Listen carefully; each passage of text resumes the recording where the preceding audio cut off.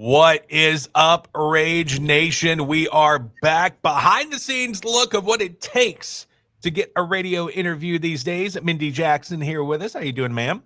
I'm great. How are you? I'm fantastic. All right, we'll get into the radio portion here in a second, but as you see down below, this interview is sponsored by Diamond CBD.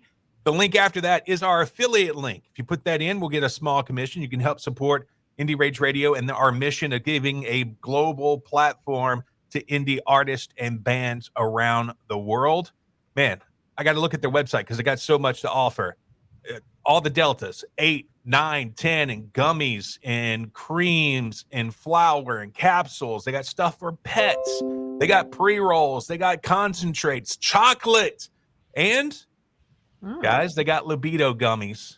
Energy boost gummies if you need to stay late for a Dying Oath show. And yes, the CBD if you get in the pit and you get roughed up a little bit at a Dying Oath show. You might need that CBD the next day to be feeling right. And as you can see behind me, I took a spill in my yard going to the car the other day, messed up my knee and ankle, and the CBD has helped me get through it with inflammation and all that kind of jazz. So tinyurl.com, Diamond CBDMO is our affiliate link. If you want to help support the show, we get a small commission whenever you get a purchase there. And they're always having deals, 50 to 80% off CBDs. If you've bought CBDs at stores in your area or in gas stations, you're getting ripped off.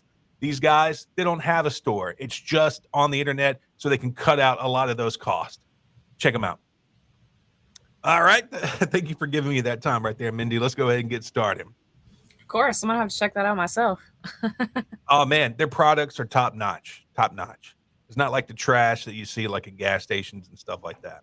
Yeah, you had me at chocolate. I was like, right. Yes, I got some for my wife, and it actually tastes fantastic. Heck yeah. All right, here we go. Segment 1 in 3, 2, 1. Indie Rage Radio, IndieRageRadio.com. We are here with Mindy Jackson. She's the lead vocalist from Dying Oath. How you doing, ma'am? I'm doing fantastic. I'm glad to be here and be able to talk to you. Yeah, I love the setup behind you. It looks like you're in horror movies, right? I absolutely love horror movies. If you want to see the video of this interview and all the behind-the-scenes shenanigans, you can go to our YouTube page. Just search Indie Rage Radio. You'll find it. All right, so Mindy, we like to get to know the artist a little bit better in segment 1. We like to play a game, and today we're playing the game Smash or Pass. That's an old. It's not probably what you're thinking. It's an old radio game where you play a song, and people think it's a smash or it's a pass. But we're going to do it with everyday things. Okay, cool. All right, beaches. Beaches? Yeah, is that a smash or a pass? I mean, I'm going to say smash. I love the beach too. Look, my son almost got taken away in a riptide in Florida one time. It was the scariest thing ever. But we still do beaches too. I'm with you on that. The water, man. I love the water for sure. And you know what? Like, I'm pretty sure you guys have beautiful water over there. Over here in Louisiana, because of the Gulf, it's just trash water. It's brown. You can't see your feet. You don't know if there's a shark lurking around. One time there was like an 8-foot wave that came over me and my wife, and she guzzled like a gallon of it. It was hilarious, by the way. But the water around here is just so nasty. I'm pretty sure over there where you live, it's great. I guess it really depends on where you go. Like, there's a couple of places where it's kind of brown and icky, and then there's a couple of other places where it's kind of blue. So it just depends. Yeah. Blue water's the best. Shout out to Florida. High heels.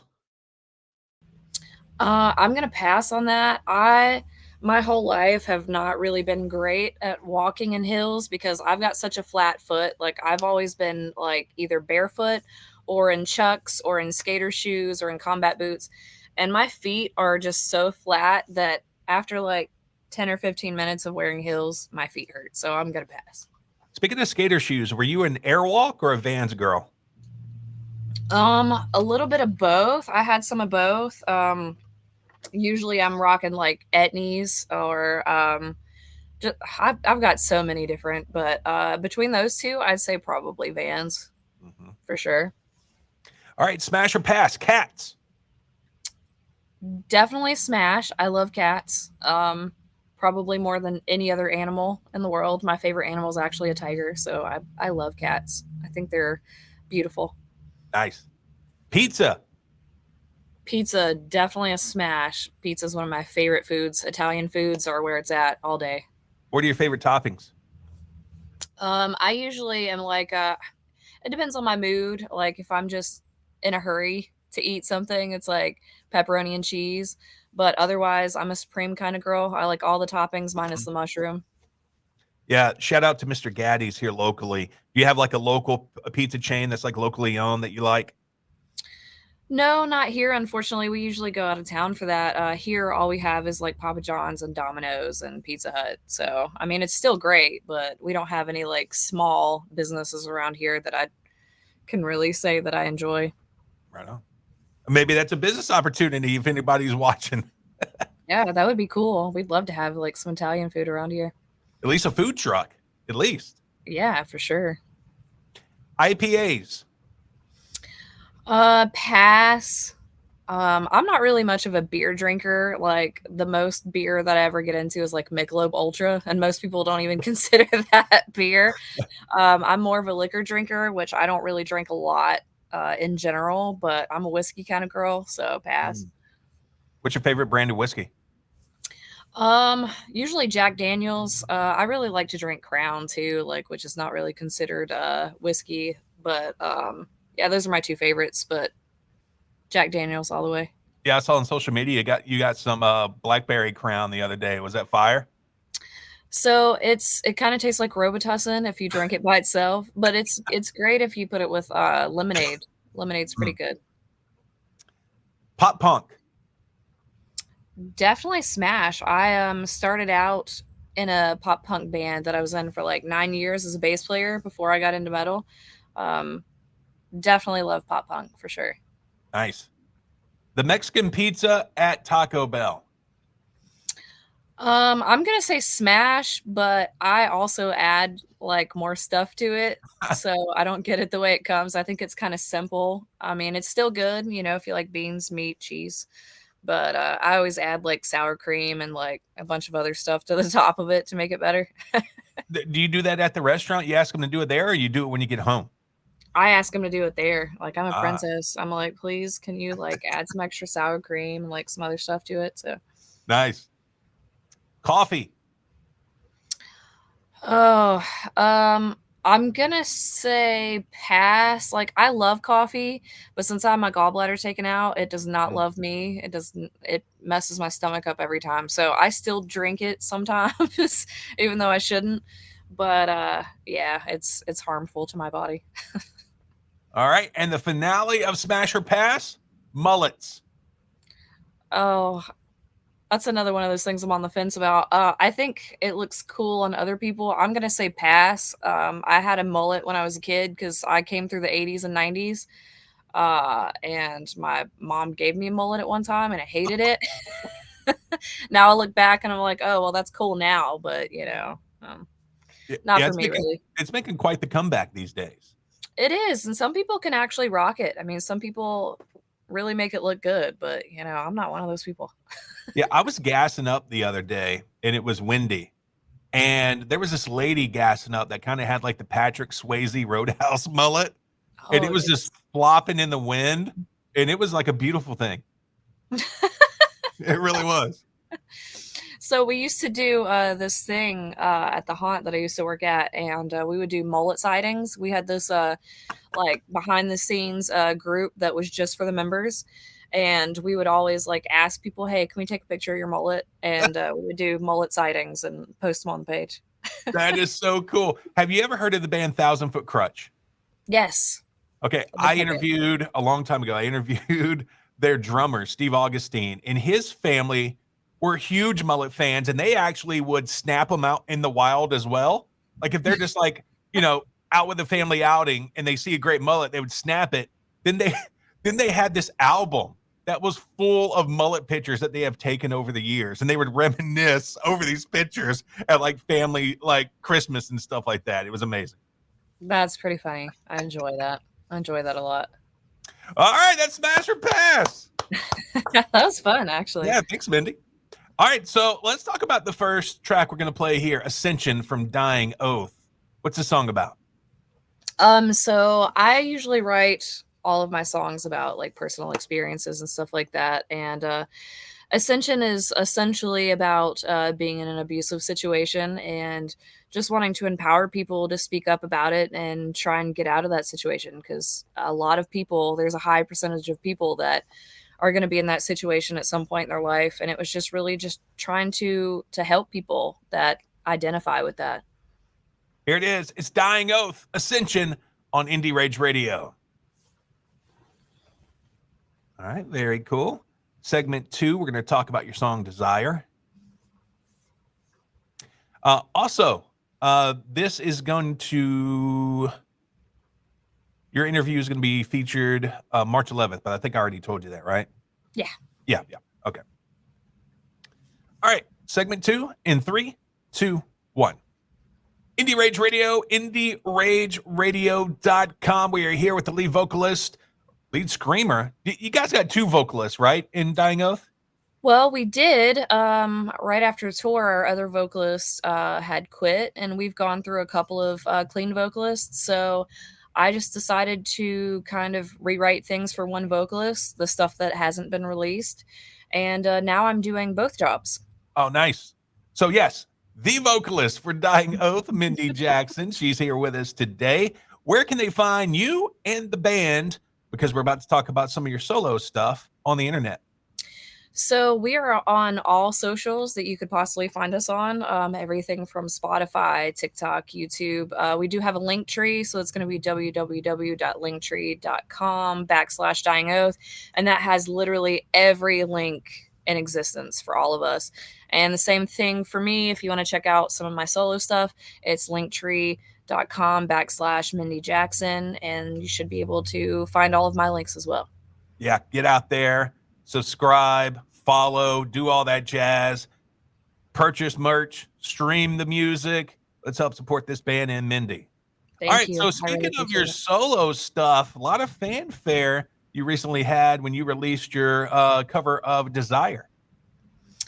Yeah, that was really incredible for me because, you know, being in a pop punk band and being behind the scenes for 10 years and then being a co-vocalist of Dying Oath and mostly being known for my screaming, I just kind of wanted to put out there that, you know, I can actually sing too, which, you know, a lot of people were like, wow, I didn't know that, you know, you had that in you. And I wanted to do something completely opposite from Dying Oath so that people could kind of differentiate between the two. And also it was right around the time that our other vocalist left. So it was kind of one of those things of where this is kind of what you're going to be hearing more of and just kind of gauging how people are going to feel about it. And people tended to like it, which is really cool to me. Yeah, I was talking to Ryan from First to 11. They're a big cover band on YouTube. And I was telling him, more than not, I love the cover song more than I love the original song. I'm a cover guy. I love covers. And I'm always seeking out covers. And when I saw you pimping this on social media, I was like, man, I can't wait for this to drop. I can't wait to hear it. I had never heard of Meg Myers before. And I saw your video. And I was like, man, this is a great song. I went back and watched her song. Yours is so much better. So much better. Thank you. I really appreciate that. I love Meg Myers, but I really just wanted to kind of put my own twist on it and just make it just a tad bit heavier and just, you know, even get her name out there. I thought of it more as a tribute than anything. Cause like I said, I'm a fan. So I wanted people to go out and be able to check out her stuff, check out my stuff and kind of make that decision for themselves. But I've heard that more times than none. And I appreciate that more than you will ever know. Right on. Let's talk about the video. The video is quite steamy. Let's talk about who starred in the video with you. What was the concept behind the video, how that got started, and who filmed it? So my best friend and my girlfriend actually were the ones that starred in the video. Kat Belcher, who is actually sitting beside me over here, and my best friend Frankie. also starred in the video. I thought it would be kind of weird to just like hire people that I don't know to like have those moments. So I picked the two people that I'm most comfortable being vulnerable with because I thought that would also add to, you know, the video itself as well. Because when you're strangers, you don't have all the chemistry. And so, our friend Jaden Frost actually was the one who did the video, and he usually does metal videos and stuff like that. So he kind of wanted to step out of his realm and do something different. And when I told him the concept that I wanted to do, he was all for it because it was something that I wanted to kind of step out and be more vulnerable and actually portray the opposite of what I've been portraying for the last 15 years. So he thought it was a great idea that we work together and kind of explore both sides of both of our careers. And the concept basically was my career side and my real side, and the girls kind of were symbolic for that. And so there was one that, you know, I'm constantly chasing, which is my career, and then my home life, which is constantly chasing me because I don't have a lot of time for, you know, personal life. So it was just kind of a symbolism and also trying to represent the song, which is the things that you desire in life and trying to acquire those. Yeah, if you haven't seen the video, the link is going to be in the description of this video. So check it out on YouTube. Let's talk about another cool thing that I saw that you did. You didn't just tap your band to do the instrumentals. You went out and reached out to other friends. Yeah, so what I'm doing with my solo work actually is reaching out to other musicians and trying to get some more underground musicians brought to the light and trying to use my voice to help other people because I feel like the metal community and the music community as a whole is a big network. And I really just wanted to help them get their other bands out and help them get their name out so that people know that they do other instrumental work and stuff like that on the side so that they can get more work. And also, it brings a lot of depth to my solo work because none of it's ever going to be the same. It's not going to be the same instruments. It's not going to be the same ideas. So I feel like it's going to be fresh every time. And that's kind of the idea that I had coming into this. So my guitar player from Dying Oath did help with the solo for Desire. And it's completely out of his wheelhouse, but he nailed it. I mean, he actually really brought some cool light to it. And then I had Miles, which is a friend of mine. He works with Saul. He's doing some of my drum work. I had Colt Creever for Desire, who is the guitar player for Forever May Fall. I've got my friend Rob, who works in Life Renewed, is working on some guitar parts. So I'm working with a lot of really incredible people right now, getting my solo work off the ground. But in the same right, people are going to be able to see what they do outside of what they do. So it's going to be a cool little project. I'm super excited about it. Awesome. Here it is. It is the cover of Meg Meyer's song Desire, and it's so much better. Here's Mindy Jackson on Indie Rage Radio. Very cool. Thank you for that. That's super sweet. Yeah, no problem, man. You knocked it out the park. Out the park. I can't tell you how many times I listened to it. I was like, damn, this song's good. The instrumentals are perfect. Your voice is perfect. It's a really great song. Thank you. All right, so I know you're a big Kittie fan, and you covered a Kittie song as well. So we're going to play that, and we're going to talk about Kittie in segment 3. Cool. All right, here we go. Segment 3 in 3, 2, 1. Indie Rage Radio, IndieRageRadio.com. We are back with Mindy. She is the lead vocalist for Dying Oath, as well as doing some solo stuff out there that will rock your world. Definitely check them out. Just go Google Dying Oath and Mindy Jackson. You'll find them. Hit their link tree and stream their music, buy their merch, support these guys. Thank you. Speaking of support, you're a big fan of Kittie. I am. It's my favorite band for sure since I was like 14 years old. And Kittie just came back. They just got signed to Sumerian Records. They just dropped their first single in 13 years, Eyes Wide Open. Tell me what that felt like. Very euphoric. Like, my teenage self was so incredibly happy. I had talked to Morgan, the vocalist, a while back, and she had given me some hints that they may possibly be putting out new music because we had played with them at Blue Ridge Rock Fest, and I'd gone to see them at Louder Than Life, and we chatted about it. I was like, if you guys are playing shows, then you got to be putting out some new music, right? And she's like, oh, you're just gonna have to wait and see, with a bunch of smiley faces and hearts. So I was like, okay, this is happening. So I patiently waited and waited, and then finally I saw that they were releasing a new song, and I was so happy, I almost cried. I was like, happy for them, happy for me, it's happy for everybody. But I'm super excited to see like where this new Sumerian Records label is going to take them, and this new music that they're writing, because it sounds like their old stuff but with a new modern twist, and I'm stoked about it for sure. Who's your favorite member all time? That's really hard. That's really hard. I would say definitely Morgan. I think that she talking to me, she showed me what it's like to be great to your fans, and that's kind of something I've always admired, and tried to do the same for my fans and talk to everybody and return messages and stuff like that, like she did for me. And she's just an incredible vocalist, an incredible person, humanitarian.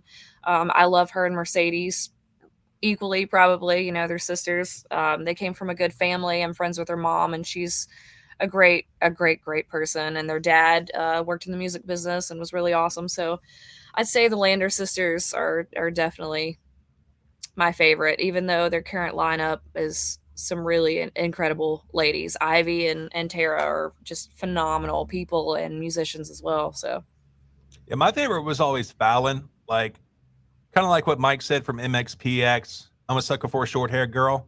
But like, I watched the documentary on YouTube. I had no idea she left on such bad terms. I was surprised. yeah, so I'm a sucker for the originals. Like I love Tanya Candler. She's amazing. She was the original bassist. I really like Fallon, of course. I was a sucker for Talina Atfield because I was a bassist at the time. So I've loved all of them. Jennifer Arroyo, she was amazing. Like, they've had some really great members, but Fallon was definitely multi-talented. She did vocals. A lot of people didn't know that some of the vocals on the albums were her, but she also was an incredible guitar player. So good choice.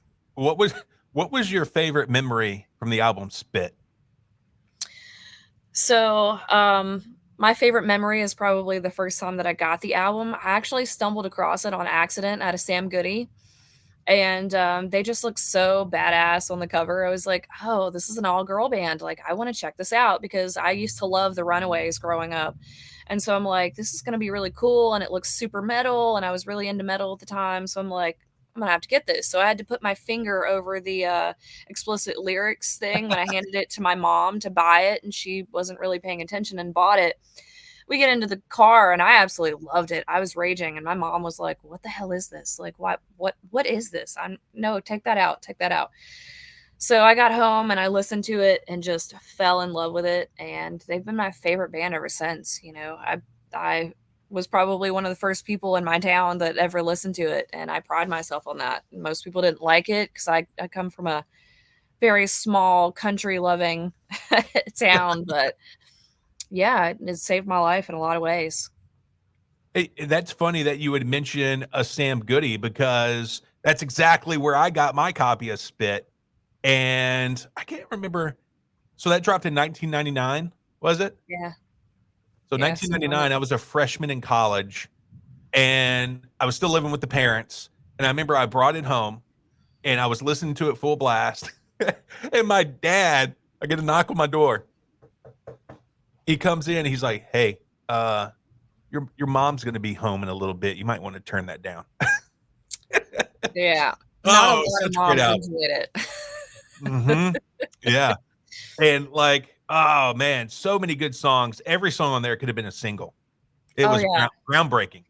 Yeah, for sure. And maybe it's just the Kittie fan in me, but I feel like that about all their albums. I don't think there's an album that I can put in from Kittie that I don't listen to front to back and I don't like a song. They're all different, but they all have like their own life and their own story. I Yeah. love that. And obviously, I've never been a teenage girl, but the lyrics just resonated. There was so much angst, so much aggression. I was like, bro, this is life. Yeah, I totally agree, and I think that's why I it really translated with me so much and why I identified with it because, like, it was real stuff that I was going through as a teenage girl, and, they're not much older than I am, so at the time, when they first came out, I think that Morgan was, like, 13 or something like that. She was, like, the youngest member, and, just to know that they did all of that stuff at such an early age and dealing with teenage angst and all the things that girls go through early on in life was just incredible to me. And I honestly, I think that's one of the reasons why I'm doing this now is because of that album. All right. So you recently covered a Kittie song, What I Always Wanted. Why did you pick this track? It was one of those things where like I tried to go through all of the songs and see which one spoke to me the most, and that's really hard being that it's my favorite band, and the Kittie Spit album, I really wanted to cover something on that, and I might go back and do that, but there was just something so beautiful about the goth culture in this video, and it was still, some of the original members, and it just had this darkness to it, and just I don't know, it just that video spoke to me in so many ways, and it's just something that I thought that I felt I could really do justice vocally. And I had 3 songs picked out, and when I talked to these other guys, I picked Drew from Redefined, who was an absolute huge Kittie fan. He's a bass player as well. I took Miles from Saul, who is also a fan of Kittie, to do the drums, and my friend Chris Kennedy from Fate Destroyed, who is a huge, huge Kittie fan, and we actually bonded over that and saw Kittie together and when we played with them and stuff like that. So I picked people I thought were fans, and then I asked them, what are your favorite songs? And one that was on everybody's list was What I Always Wanted. So to me, it was a sign. I was like, okay, well, this is the one that we should do because it's something that we all love and identify with. And so that ended up being the one. And it was a great choice. I think that if anything, we did it justice. I don't want to say that we did it better because they're my favorite band, but I think we did it in our own way, and I think we did it justice. Here it is. It's Mindy Jackson and the boys with What I Always Wanted on Indie Rage Radio. All right, very good. Last segment here coming up, and it's kind of like it plays at the end of the show, so we're kind of like up against the clock type thing. We're running out of time type thing. All right, segment 4 in 3, 2, 1. Indie Rage Radio, IndieRageRadio.com. Sadly, we are drawing to the end of our interview with Mindy Jackson from Dying O. Thank you so much for coming on the show. Thank you for having me. I've had a blast. This is awesome. Me as well. Go out there, support this band, support Mindy. Google them, go follow them on social media, buy their merch, stream their music. These guys definitely deserve your support. And if you haven't heard of them yet, get ready. Strap in. It's going to be a wild ride. So let's talk about what does the future hold for Dying Oath, and we'll talk a little bit about your solo career. But let's talk about the band first. So we're moving forward as me as the primary vocalist. We got a new bass player, and I think we've actually finally found our core lineup. I know people say that, but it takes time to find the people that really click. And I think we finally got that. We're playing a few shows this year. We're taking some time off from playing a lot of shows because we are getting ready to put out new music. So we're about to drop an EP. I think you're going to get 5 or 6 songs. We're tired of making guys wait. We're tired of waiting. We've also written like 12 other new songs on the back burner. So those are maybe a full album in the future, or maybe we'll release a couple more EPs. I'm not sure, but new music is coming by the end of the year. New music videos, and possibly tour planning. Yes. Let's talk about the solo stuff. What you got in the hopper for that? So I have currently written 3 original new songs with some co-musicians, as always.